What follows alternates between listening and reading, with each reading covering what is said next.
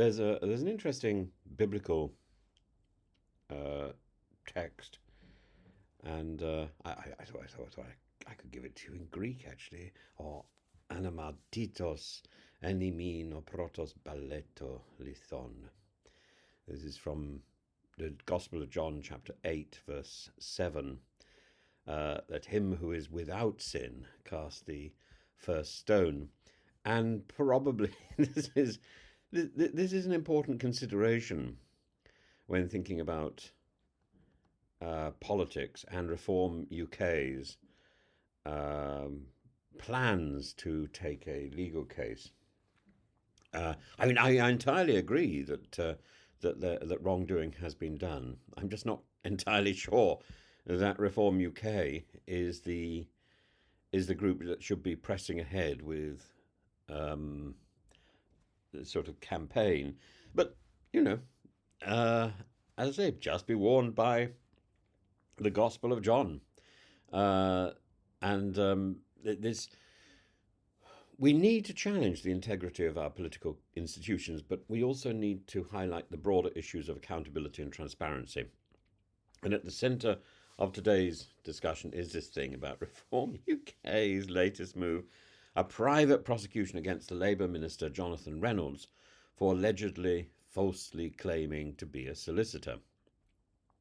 To begin with, the crux considering the crux of the matter, under Section 17 of the Legal Services Act 2007, it's a criminal offence to present oneself as a solicitor without duly being qualified and registered with the Solicitors Regulation Authority. And Jonathan Reynolds, who has held a prominent role on business, as the business secretary, has been accused of misrepresenting his professional credentials on several platforms, including LinkedIn, a parliamentary speech, a former constituency website. And initially, when he brought the matter to the attention of the SRA, the allegation was treated as a human error, the materials were corrected, and no further action was taken at the time.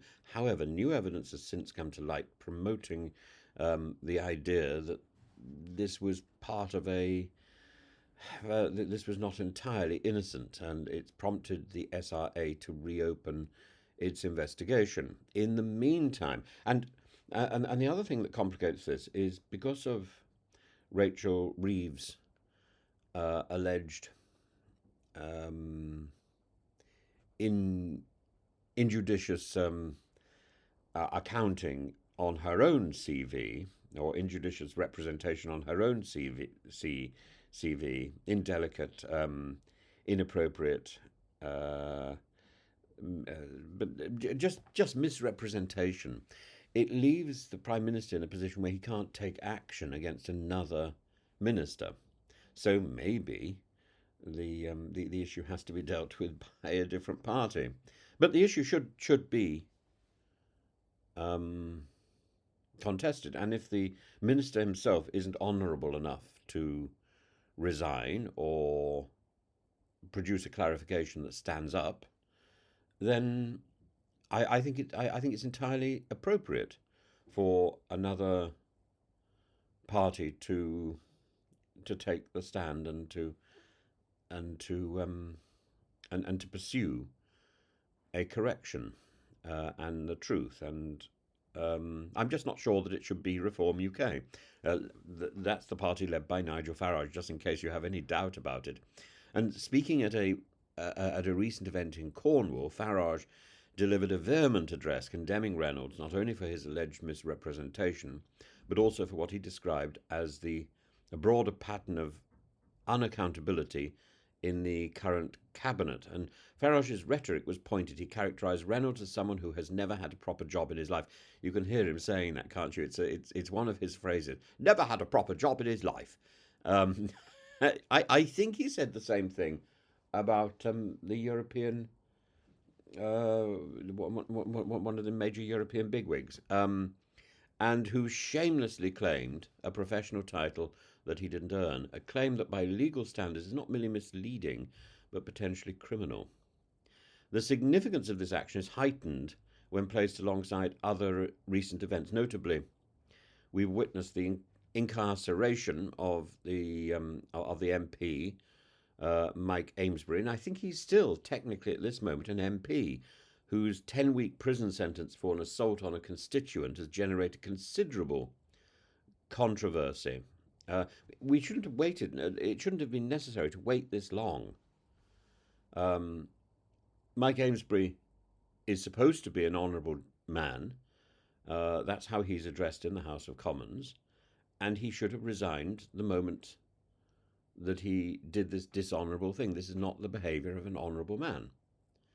And the fact that he's clinging on suggests that the Whip's office, the Parliamentary Labour Party, and the House of Commons doesn't have the power to deal with this sort of thug who should never be in Parliament. And having been elected to office and being caught in this situation where he resorted to his baser instincts, he should have been in a position where the House of Commons could take action. And I find it extraordinary that the House of Commons isn't in a position to throw a member out.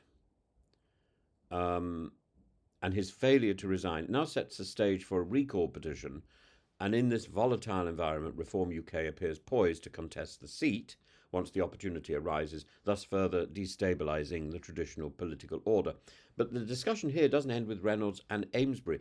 The current political climate is rife with allegations and counter-allegations that have left many voters questioning the credibility of their representatives, political representatives. For example, consider the politically charged term thug as applies to figures such as Lee Anderson. While some critics have pointed to Anderson's combative style and confrontational rhetoric in debates, it's important to note these characteristics are not based on any formal criminal record. Instead, they reflect a deep-seated political methodology where he revels, it seems, in disagreements and subjective perceptions. A reminder that in our political discourse, language can often be as incendiary as the actions it seeks to describe. Similarly, though perhaps with a slightly bigger question mark, there's the matter of James McMurdoch, who's come under scrutiny for allegedly concealing a past conviction for assault. And while this issue raises more serious questions about transparency in the vetting of candidates, it also underscores a broader trend. There appears to be a pattern, at least in the eyes of Reform UK and its supporters, where discrepancies in the public records and the personal histories of political figures are not isolated incidents, but rather symptomatic of a deeper malaise. And this, one might argue, reflects a political establishment that is increasingly out of touch with the values of accountability and responsibility that many voters hold dear. So, returning to the case of Jonathan Reynolds, the legal underpinning is clear.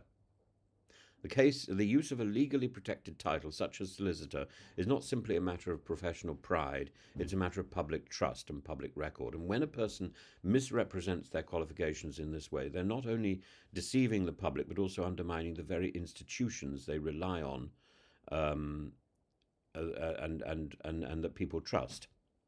And Reform UK's decision to pursue a private prosecution, therefore, is not merely a partisan manoeuvre, it's an effort to enforce legal accountability and to call into question the broader integrity of those who occupy positions of power. If Parliament itself won't do it, if the Labour Party won't do it, if the Prime Minister won't do it, then someone else, I think, probably should step up.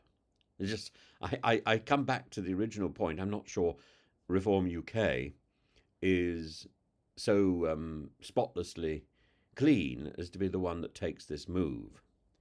And critics of this move will have argued that it's an example of political opportunism, a weapon to be wielded against an adversary in a time of broader electoral and political uncertainty. It smacks of the stuff that you see or that you read about in the final days of the Roman Republic. Yet, when considering the legal framework, the seriousness of misrepresenting one's professional qualifications, the argument for accountability remains robust. If a minister can falsely claim expertise in a regulated profession, then the public is entitled to question his competence and the integrity of the government apparatus that has placed him in a position of trust today. Moreover, the broader implications of this controversy extend well beyond the confines of this one individual case. It touches on the very nature of political representation itself and the standards to which we hold our leaders. in recent months, we've seen an increasing willingness among political challengers, particularly Reform UK, to take on the established parties on issues of accountability and competence. And the jailing of Mike Amesbury and the subsequent political manoeuvres surrounding his seat are part of this wider narrative, a narrative in which traditional allegiances are being questioned and a new political force is emerging. And it's in this context that Reform UK's actions, however contentious, must be reviewed. They're part of a broader challenge to the political order that seems to have lost its way. So simply to recognise that the political order has gone awry is not to endorse reform. Reform is part of that move that is recognising that the political order is askew. And I'm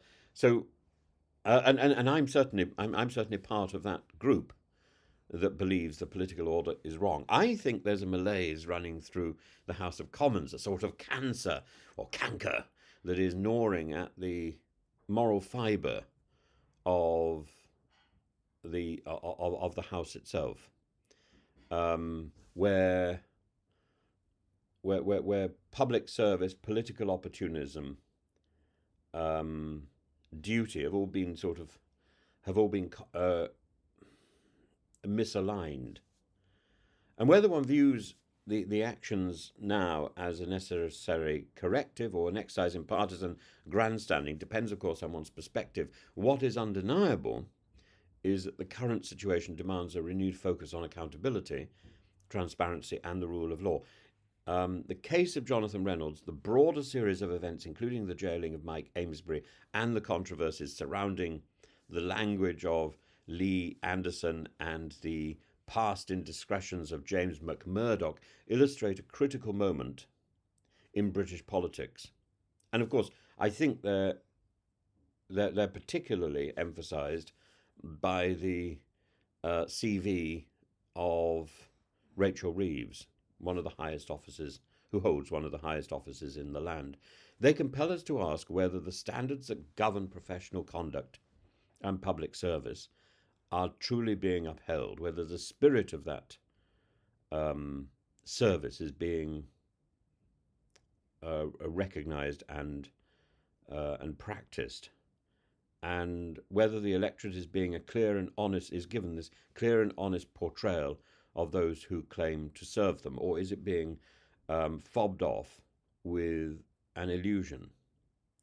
And Reform UK's decision to pursue a private prosecution in this context is therefore not just a legal manoeuvre, it's a clarion call for integrity in our political institutions.